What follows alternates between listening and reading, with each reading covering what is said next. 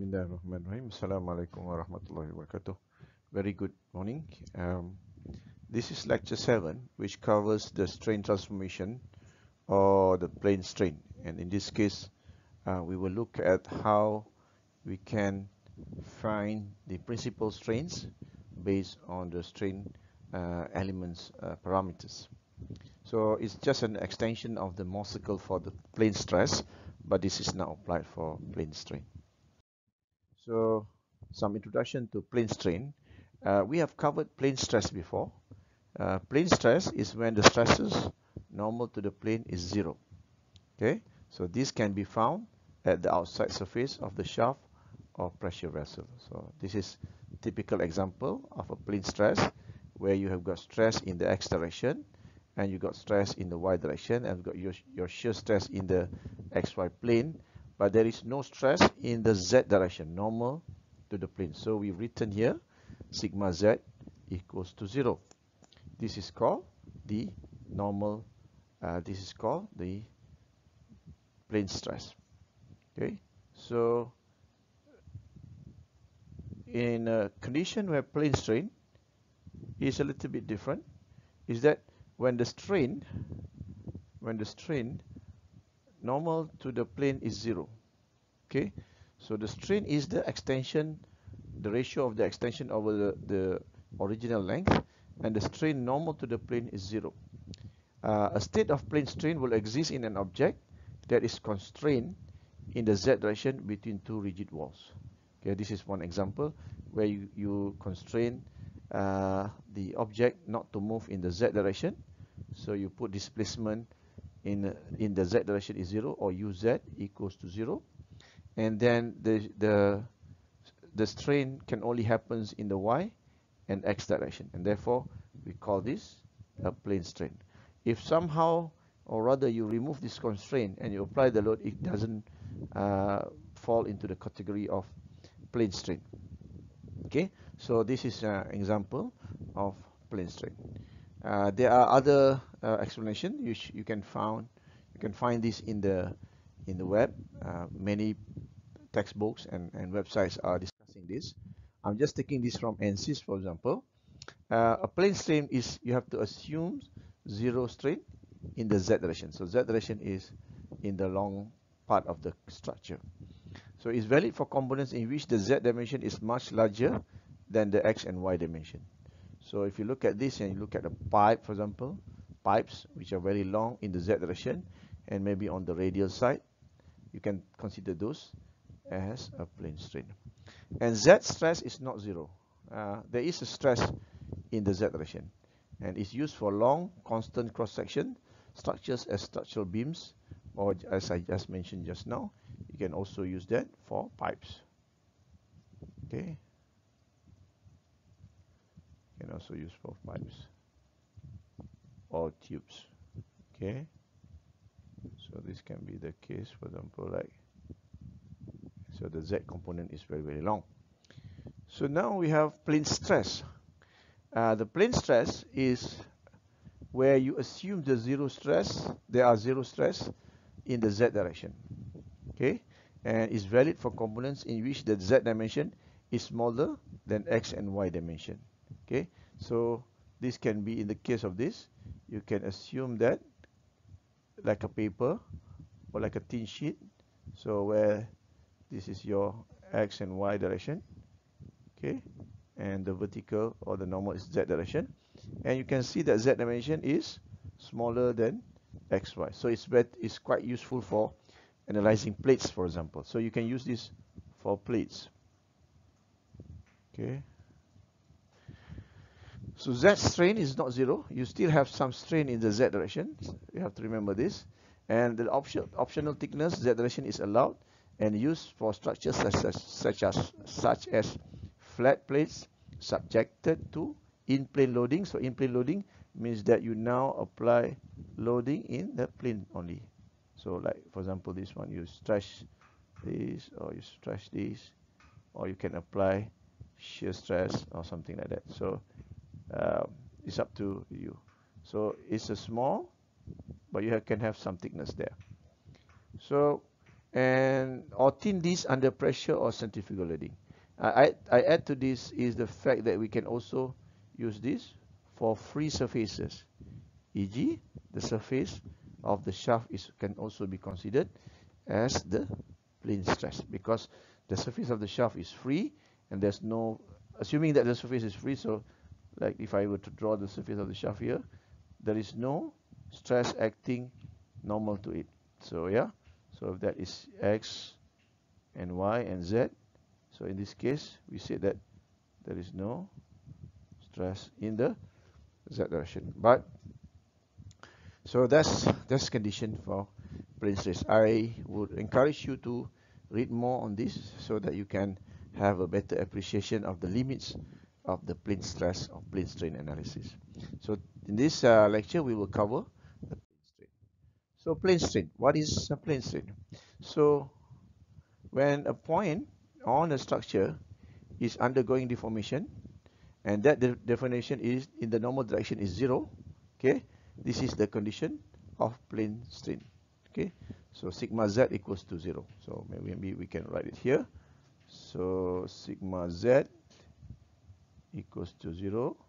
Maybe the stress in y, sorry, x and y is not 0. So the deformation can be divided into two. You got normal strain and you've got shear strain. And then normal strain, what is normal strain? So normal strain, you've got normal strain and you got shear strain. So normal strain is the ratio of extension of the element to its original length. So we use epsilon as the symbol, and it's usually delta L over L. Okay, and then we have shear strain. Okay, and this is the angular deformation of the axis. So let's say we have axis x and axis y, and then it started to deform in this way. Okay, so we've got the shear stress is measured by the angular deformation of that. So that is the shear strain of the so when you have an object like this, so when the object extended this way, so let's say this is it is extended this way, so this is the this is partly, so let's say this part doesn't move, so this is delta L, this is L in the x direction, and this is negative delta L in the y direction. So you can find epsilon x and also epsilon y. The ratio of each is the, so this is delta L in the y direction over L in the y. So, and similarly epsilon x is the change of the length in the change of length in the x direction. So okay, so this is like, this is the normal strain, and that's the, and this is the shear strain. So normal strain is the extension, whereas the angular deformation is represented by the shear strain. So let's move on. So in these directions, this is the angle alpha 1. Okay, angle between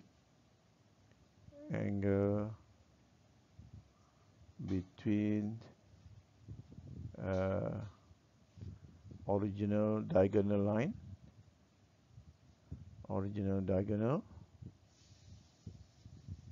and the extended diagonal. Okay, so the original diagonal line can, let's say I'll draw it in a in this, like Let me draw with this color, for example. And the extended diagonal line can be drawn in orange. Yeah, so the extended diagonal line is in orange, and the original diagonal line is in green or olive green. So this is the original diagonal line. Yeah, so alpha 1 is the angle there, so it's this angle. All right, so and it creates this triangular, which is an approximation of the deformation. So it's given by this ratio. This arc is given by the length gamma xy ds, gamma xy ds, alpha dy. Sorry, this is not gamma. Again, I made a mistake here. Let me correct this. So this is not gamma. Let me. This is not gamma. This is alpha 1 ds. Okay, so that line is alpha 1 ds. Now this alpha 1 ds, and this is the angle theta here. That's the angle theta here, and this length is given by epsilon x dx, and you can find that tangent theta is approximately similar to sine theta, equals to alpha 1 ds over ex ds. So this is also not correct. So sine theta is the ratio of y over r. So I've got to remove this here again.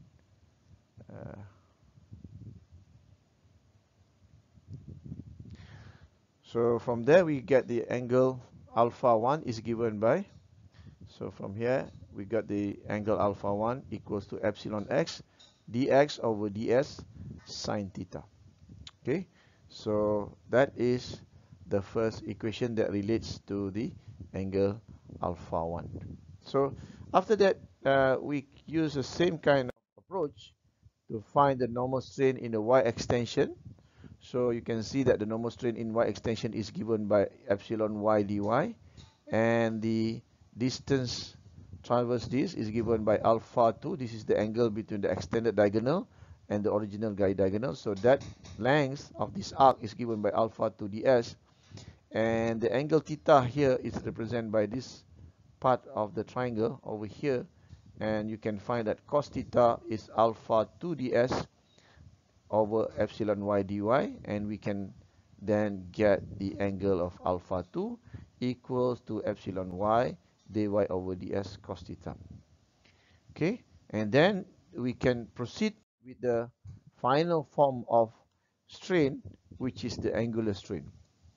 In this angular strain, what we did was we just shear the element such a way that it does not have any extension in the x direction or in the y direction. So the original length remains the same, but there is some deformation in terms of angle. So here we have an angle of gamma xy, this angle gamma xy, and which causes the deformation length to be gamma xy, that line dx to be displaced by gamma xy dy. So this is the length gamma xy dy, and then this distance of alpha 3 is the angle between the original diagonal and the extended diagonal. Alpha 3 is the angle between the original diagonal and the extended diagonal, where theta is the original diagonal. So alpha 3 will give us the arc, or the this distance alpha 3 ds, which is this distance perpendicular to the diagonal, and we know this distance in the horizontal direction is gamma xy dy, and theta is the angle of the original diagonal. So from here we can get that sine theta is the ratio of the vertical versus this diagonal, gamma xy dy. So alpha 3 ds over gamma xy dy, and we have alpha 3 equals to gamma xy dy over ds sine theta. So again, we have covered just now alpha 1, alpha 2, and alpha 3. What is alpha 1? Is the diagonal, extended diagonal in the x direction. Alpha 2 is the angle between the extended diagonal in the y direction, and alpha 3 is the extended diagonal because of the angular strain. So what do we do with all these three? So later on, you can combine this to have the total increase of the length of the diagonal when all the strains are present. So we've got epsilon x, epsilon y, and gamma xy, and from this original strain element dx, dy, ds, and theta, the extended diagonal is given by epsilon x dx cos theta plus epsilon y dy sin theta plus gamma xy dy cos theta. I stop at this level because after that the proof of the strain transformation equation is going to be very, very long, and we do not have the time to cover that. So please refer to the many textbooks or online articles on the derivation of the stress transformation equation. What I have done to you is just to show how the geometry is used in the derivation of the equation that related to alpha 1, alpha 2, and alpha 3, and finally it will come to us in the form of strain transformation equation. So the strain transformation equation gives us that epsilon x1, which is a normal strain at any angle theta when you rotate the element, is given by epsilon x cos square theta plus epsilon y sin square theta plus gamma xy sin theta cos theta. So you have seen this equation before.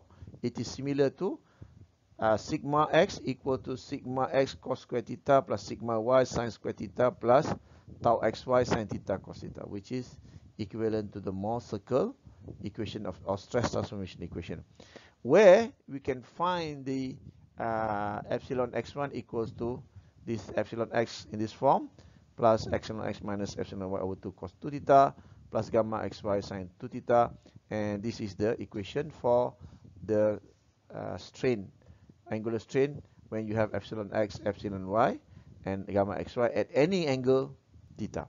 So this is when we said what is a stress transformation equation. These are what we meant by the stress transformation equation.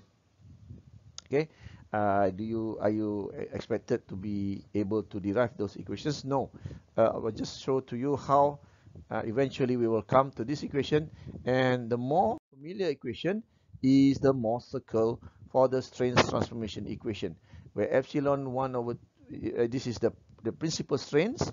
Okay, let me write it down. This is the principal strain. Okay, principal strains. Okay, so we can have this as the OC of the epsilon, and this whole thing as the radius of the epsilon. Yeah, so we can rewrite this equation as epsilon principal is equal to OC epsilon plus minus R epsilon. Epsilon is a strain. So that is our equation for the Mohr circle.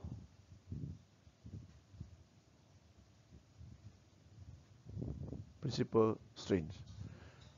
So the principal plane is given by tangent 2p, 2 theta p, which is gamma xy over epsilon x minus epsilon y. So how do we then we can use this to find the angle between the existing plane and the principal plane. Okay, so this is, we have to do that. So angle of principal plane, principal strain.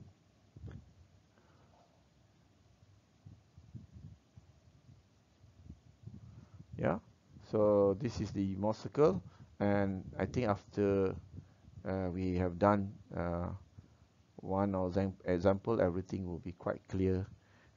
How do we apply that when we have got all the data? So let's see one example here. So how do we draw? Then how we draw the Mohr circle for strain transformation?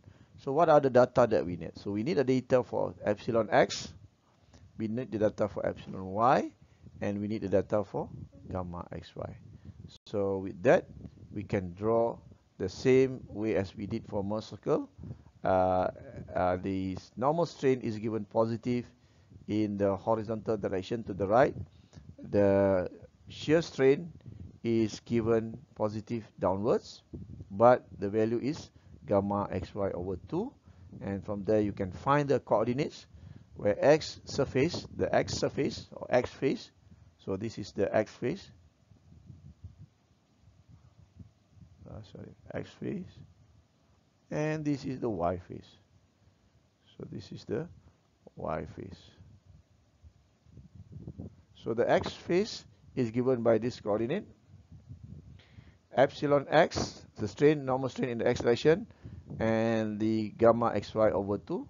You have to take it clockwise from the y-axis, okay, or positive increase in direction. So y in the y phase, this is the y phase. So epsilon y, it is positive if the length is extended, and then negative gamma xy over 2. It has to compensate with the positive in the x direction. So therefore you can start to plot your wherever your coordinates are. So for example, if your, let me see, if your x is here, for example, okay, and your y is somewhere there, okay, and then you can start to draw the circle. Okay, so again, it's a straightforward application of your, this is your y, yeah? So this is your y, right? So this is your y. Again, you can, so your x2 refer to here, and your y refers to this coordinate, right? So let's do maybe one numerical example will make it clear for you. So let's say this is example 7.1. An element of material in plane strain has this number. So epsilon x is given by, so an element of material in plane strain has this number. Epsilon x given by 340 times 10 to the power of minus 6. Epsilon y, which is the strain, normal strain in the y direction, is given by 110 times 10 to the minus of 6. So gamma xy is given by 180 times 10 to the minus of 6. So sometimes what we do is that we usually we can replace 10 to the power of minus 6 with the symbol microstrain. So I can also write this as epsilon x equals to 340 microstrain. Okay, and we can write epsilon y equals to 110 microstrain, and gamma xy 180 microstrain. This is not a unit because epsilon x is a ratio of length to length, so it's dimensionless. There is no unit to it. It's just a number, but the ratio is at the micron level. So 340 microstrain, so that people know we are measuring strain. So here the question asks, find the principal strains, the in-plane maximum shear strains, find also the maximum shear strain, and the strain of element oriented at an angle theta equals to 30 degrees. So 30 degrees counterclockwise. So you have to find the principal strains and the maximum shear strain, and what happened when you oriented the element at an angle equals to 30 degrees. So here is the, if we want to imagine what happened to the strain element, it is now subjected to an elongation of 340 in this direction, epsilon y 110 elongated in the y direction, and there is an element there is forming an angle of gamma xy to about 180 micro strain radian. So this is like you can just put the numbers there. So this can be like, oops, sorry. So this is like epsilon y is 110 microstrain, and this is like 340 microstrain, and this guy is 110 microstrain. However, if you feel uncomfortable with this, you can always resume to write at 110. You can always write 110 times 10 to the minus 6. There's nothing wrong, it's just a way of, I thought that this is a more engineering way of explaining that we are talking about strain here. So how do we solve this?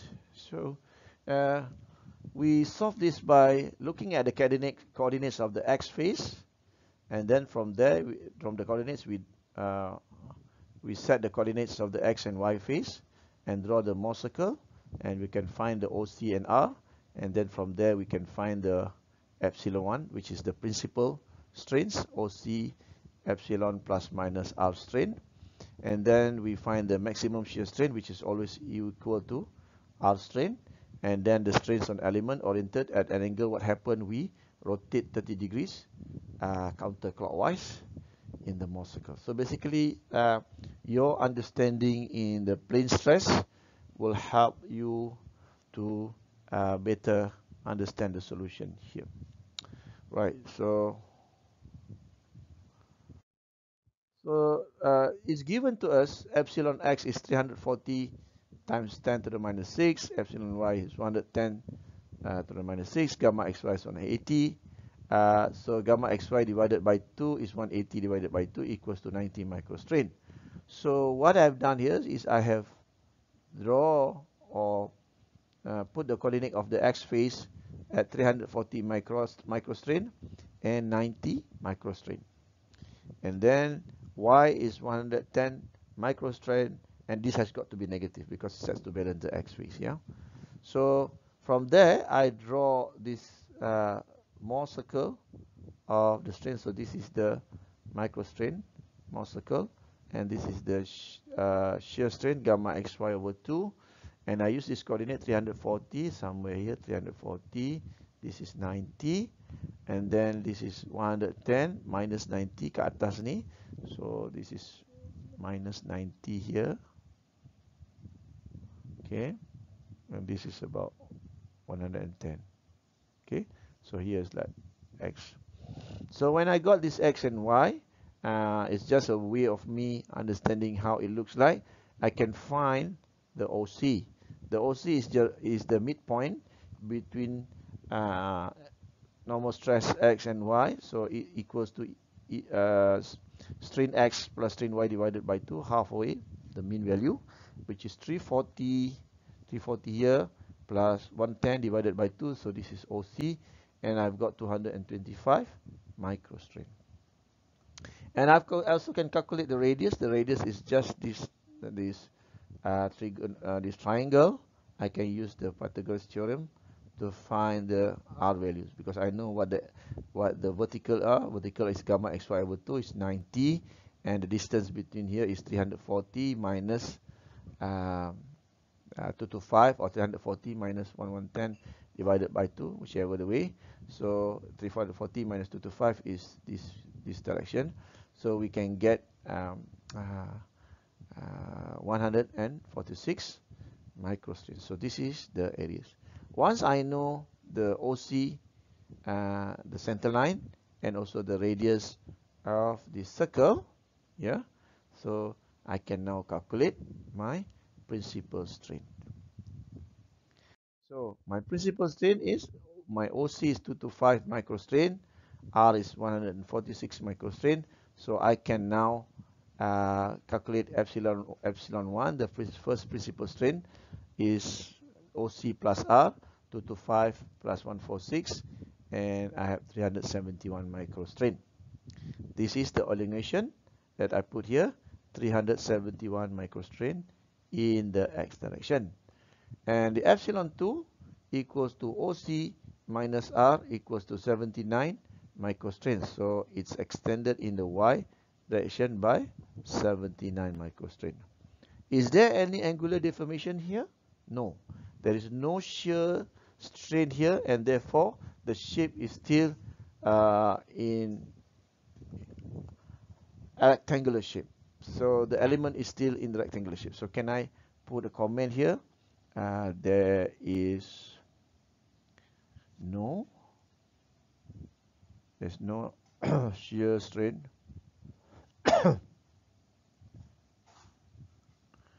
at the principal plane. Okay, principal plane only at the principal stress. So only principal strains. Okay, so here we can say that gamma xy equals to 0 here. See, only principal strains are present, so we can have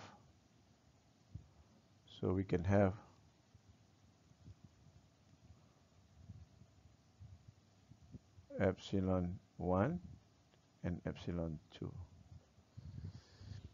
Okay, and this happen at an angle which we will calculate later on. So this is a principal strain. You will see that the deformation here, there is no angular deformation. Kalau ada, then it will look like this one. Kalau ada angular strain, it will look like this one. Okay, and you got this gamma xy. Yeah, but this is not the case. So this is not the case. So you only have extension in the y x direction and extension in the y direction. Okay, so that's good.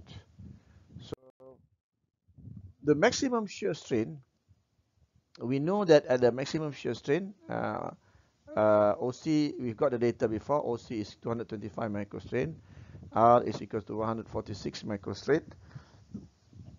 So shear strain from the Mohr circle is equivalent to the radius. So the radius is 146. So the maximum shear strain equals to radius 146 microradian. So what we can do is that at maximum shear strain, we still have the mean value of OC, which is 225 microns. So what we do, the mean value is both the normal strain will have values. So it's 225 in the x direction and 225 in the y direction. And now gamma max is twice of this, 146 times 2, which we have 292 microstrain. So this is what happened when you draw the strain element. So this is how to draw the strain element.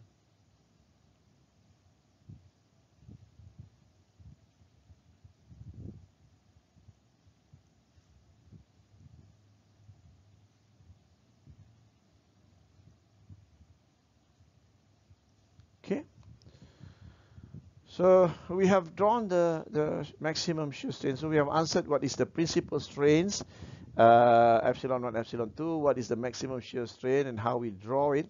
And now we need to find what happened when we rotate it at 30 degrees. So let's look at the next one. So this is the drawing that we made earlier.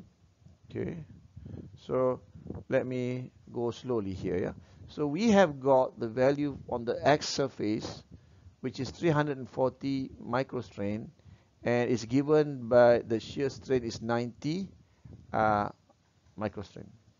And then we have the gamma. We have got the strain in the y surface, which is given by 110 and negative 90 microstrain. So we draw that x is equals to 340 somewhere here and 90. Okay, and then y is on this side, which is like 110 and minus 90. So minus 90 on the top is minus 90. So from there we draw our OC. We know that our OC is about 225. We've done that before. And we know that our R is 146 microstrain. From here, we can find theta P. Theta P is the angle between the planes, the principal plane strain and the current location or the existing or the initial location of the strain. So it is oriented at tangent to theta P, and this is given by 90 over 15. So this is 2 theta. I've got to correct this. This is 2 theta p. So 2 theta p is given by the ratio of this vertical is 90, and this is 340 minus OC 225, which is 115. This distance is 115. Yeah. And then you've got this 38.05 degrees inverse tangent. Kita akan dapat 38.05 degrees. So theta, that is the angle that we want between the new angle that we need to rotate it by 30 degrees counterclockwise. So we were here and we want to find what is the strain if we rotate the element by 30 degrees. So when we want to rotate the element by 30 degrees, we have to rotate it 2 times theta. 2 theta, which is like 2 kali 30, 60. We have to rotate from here x by 60 degrees. So we know that this angle here is 38.05. So it plus 21.95, we have got 60 degrees here. So this is 2 theta p, which is 38.05 minus 60. Yeah. So we've got 21.95. This is the angle here. So that angle is the new angle oriented 30 on the real life. Physically, kita oriented the 30 degrees counterclockwise from the existing position of the horizontal plane, horizontal line of orientation. So this is where you get x dash and y dash. Yeah. So this is where we were initially at. We want to rotate 60 degrees up. Okay, we want to rotate 60 degrees up, but we do not know what the angle here. So the angle here we can find from the 2 theta p. So 2 theta p gives us the angle between the principal plane and the existing plane. So we wanted to rotate from the existing plane to the original 2 theta. So 2 theta is 2 times 30, so 60 degrees. So 60 degrees minus 2 theta p, 38.05, we have got 21.95 degrees. From here is now straightforward trigonometry. Epsilon x dash equals to OC plus R. This is R. This is R. Let me write it here. Okay. This is your R. Okay. This is C. So OC between, this is 0, like for the OC plus R cos 21.95. So we got 225 plus 146 cos 21.95, and we got E epsilon x dash equals to 360 microstrain. Similarly, we can repeat it for the y value. So R sine 21.95, and we have got the 110 microstrain in the vertical direction. And EY dash, similarly, OC minus R. So EY dash is here. So OC minus R cos theta to have our EY dash. So at the end of the day, we have epsilon x dash, epsilon y dash, and the shear strain dash, which is given by 360, 90, and 110. Okay, so from there, at the 30 degrees, we can now draw the strain element. Yeah, we can now draw the strain element. So in the x direction, it is added by, the elongation is added by 360 microstrain. In the y direction, it is added by 90 microstrain here. And there is the shear strain. It is negative. So negative, you have to move from the y vertical, from the y line, the vertical line, you have to move counterclockwise, and not to the right, but to the left. It's minus 110 microstrain. So this is how we draw the element for the strain element, which is 30 degrees from the initial measurement of the strain. So it is a bit long, but it is important for you to follow the argument slowly. I've done my best to explain to you, so that I hope it's easier on your brain to understand this. So going back, we have covered the strain element and what happened when we rotate the strain, so that we can find the principal strains and the maximum shear strains, and how does this affect the shape of the strain element whenever it is rotated around, and you can draw it so as a way of representing the strain conditions of the strain element. Okay guys, hopefully you've learned something important from this lecture, and we will see you in the next lecture. Thank you very much. Assalamu alaikum.